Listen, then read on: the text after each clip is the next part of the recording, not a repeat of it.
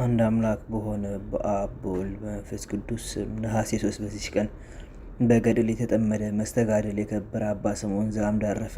ለዚህም ቅዱስ 6 ዓመት በሆነው ጊዜ አባቱ የበጎች ጠባቂ ያደረገው። ወደ ቤተ ክርስቲያንም በሚሄድ ሁል ጊዜ ቅዱሳት መጻሕፍትን ይሰማ ነበር። የእግዚአብሔርም ቸርነት አነሳስቶት ወደ አንድ ገዳም ሄዶ መነኮሰ። ብዙ ዘመናትም በገድል ተጠምዶ ሲጋደልና ሰውነቱን ሲያስጨንቅ ኖረ። ከዚህም በኋላ ገመዱ ስጋውን ቆርጦ እስቲገባ ድረስ በወገቡ ላይ ገመድ አሰረ።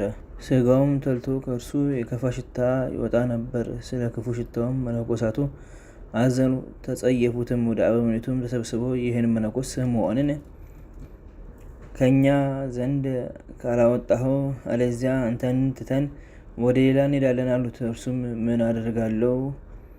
እነርሱም ጥራውና አንተ ራስህ ያሉት። ተጠርቶም መጥቶ በፊቱ በቆመ ጊዜ ደም ከመግል ጋር በእግሮቹ ላይ ሲፈስ አየ። አበምኔቱንም እጅግ አስጨነቀው። ልብሶቹንም ገልጦ በስጋ ውስጥ የገባውን ያንን ገመድ አየው።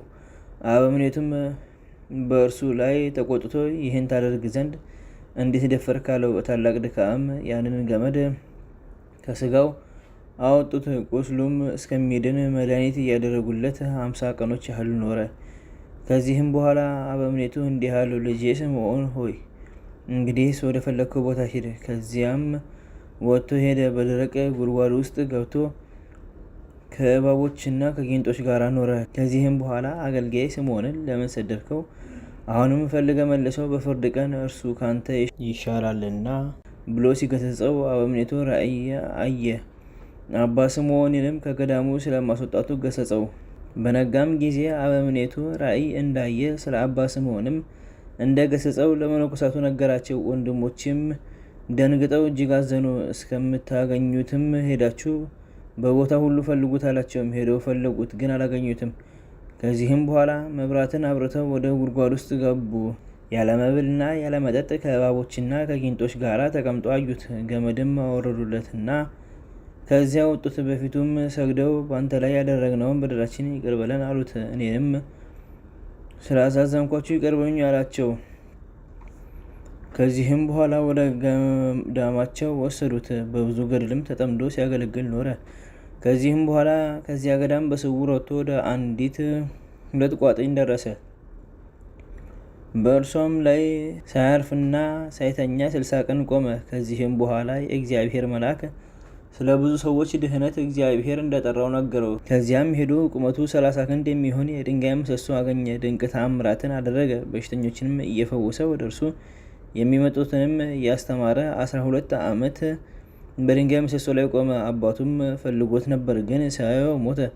እናቱ ግን ወሬውን ሰምታ ከብዙ ዘመናት በኋላ ወደ እርሱ መጣች። በድንጋይ ምሰሶም ላይ ቆሞ አገኘችው። አይታውም አለቀሰች። ከድንጋይ ምሰሶም በታች ተኛች። ቅዱስ ስምዖንም ጌታችን በጎ ነገርን ያደርግላት ዘንድ ስለ እርሷ ለመነ። ያን ጊዜም እንደተኛች አረፈችና ከድንጋዩ ምሰሶ በታች ቀበሯት። ሰይጣንም በእርሱ ላይ ቀንቶ እግሩን መታው።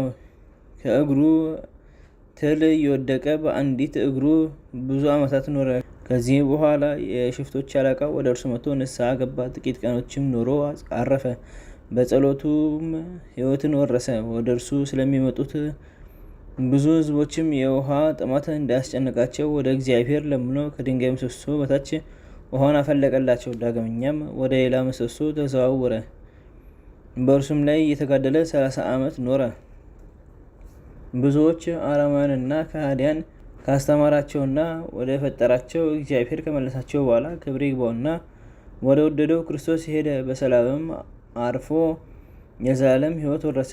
ከዚህም በኋላ የአንጾኪያ ሊቀ ጳጳሳት ቅዱስ አባ ስምዖን እንዳረፈ በሰማ ጊዜ ካህናትንና ዲያቆናትን የአገሩም መኳንንቶችን ከእርሱ ጋር ይዞ የቅዱስ አባ ስምዖንን ስጋውን ወዳለበት ደረሰ። በታላቅ ክብርም ተሸክመው እየዘመሩ እያመሰገኑ ወደ እስክንድርያ ድረሰው ቤተ ክርስቲያን ውስጥ አኖሩት። ከስጋውም ድንቆችና ተአምራቶች ታላቅ ፈውስም ተገለጡ። ለእግዚአብሔር ምስጋና ይሁን። እኛንም በዚህ መስተጋደል ጸሎት ይማረን፣ በረከቱም ትድረሰን ለዘላለሙ አሜን። በዚችም ቀን ከመንግስት ወገን የሆነች ሶፊያ አረፈች። ለዚችም ቅድስት ብዙ ሀብትና ብዙ ጥሪት ነበራት። ክብር ይግባውና ስለ ክርስቶስ ፍቅር የክርስቶስ መከራ መስቀል አንስታ ትሸከም ዘንድ ከ3 ልጆቿ ጋራ ወደ ሮም ከተማ ሄደች። ንጉሥ እንድሪያኖስም ክርስቲያን እንደሆነች አውቆ ከልጆቿ ጋራ ወደ አደባባይ አስቀረባትና ስለ አገሯና ስለ ስሟ ጠየቃት። እርሷም የሚቀድመው ስሜ ክርስቲያን ነኝ፣ ወላጆቼ ያወጡልኝ ስም ሶፊያ ነው። እኔም በኢጣሊያ ባለብዙ ወገን ነኝ። ክብር ይግባውና በክርስቶስ ፈቃድም ልጆቼን መስዋዕት አድርጌ ላቀርብ ወደ ሀገር መጣሁ አለችው። ከዚህም በኋላ የከዳተኛው ንጉሥ ስቃዩ እንዳያስፈራቸው ልጆቿን አበረታታቻቸው። ምስክርነታቸውን ፈጽመው ከሞቱ በኋላ ገንዛ ከሮሜ ከተማ ውጭ ቀበረቻቸው። በ3ኛው ቀን መታሰቢያ ታደርግ ዘንድ ልጆቿ ወደ ተቀበሩበት ከብዙዎች የከተማ ሴቶች ጋር ሄደች። እንዲህም ብላ ጸለየች። አክሊላትን የተቀዳጃችሁ የምታምሩ ፍጹማት የሆናችሁ ልጆቼ ሆይ እኔንም ከእናንተ ጋር ውሰዱኝ። ይህንንም እንዳለች ወዲያውኑ አረፈች፣ ከልጆቿ ጋር ተቀበረች።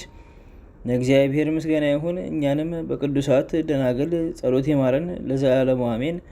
አንድ አምላክ በሆነ በአብ በወልድ በመንፈስ ቅዱስ ስም ነሐሴ 4 በዚች ቀን ከዳዊት ዘር የሆነ የአካዝ ልጅ ሕዝቅያስ ንጉሥ አረፈ። ዘአቅረብኩ ማኅሌተ ዘኪርየ አእላፈ እምለተ ጸምዱከ ዘልፈ ለላ አነብብ ተወከፍ ዘንዴቴ መጽሐፈ እንተ ርእሰከ እግዚኦ ጸዲቀ ምሕረት ወከፈ ምላቡ ብሉዓን ዘተርፈ ነቢያት ቅዱሳን ሐዋርያት ሰባክያን ሰማዕታት ወጻድቃን ደናግል አዲ ወመነኮሳት ሄራን ባርኩ ወይዘቴ መካን እስከ ረጌሌ ቆኖ ሕፃን ለዘጻፎ በክርታስ ወለዛ ጻፎን ዘይደርስ ወለዛ አንበቦ በስተርጎመ በሰናዲስ ወለሰማ ቃሎ በዘናፈስ ጸሎተሙ ማርያም አርያም ጌተ ኩሉ ባስ ወሬ ማረን ኢየሱስ ክርስቶስ በቅዱሳን ጸሎት ይጠብቀን። በረከታቸውም ከኛ ጋር ትኑር። ኦ አምላክን በከውነትከ ወኮ ከመካምሳን አብረን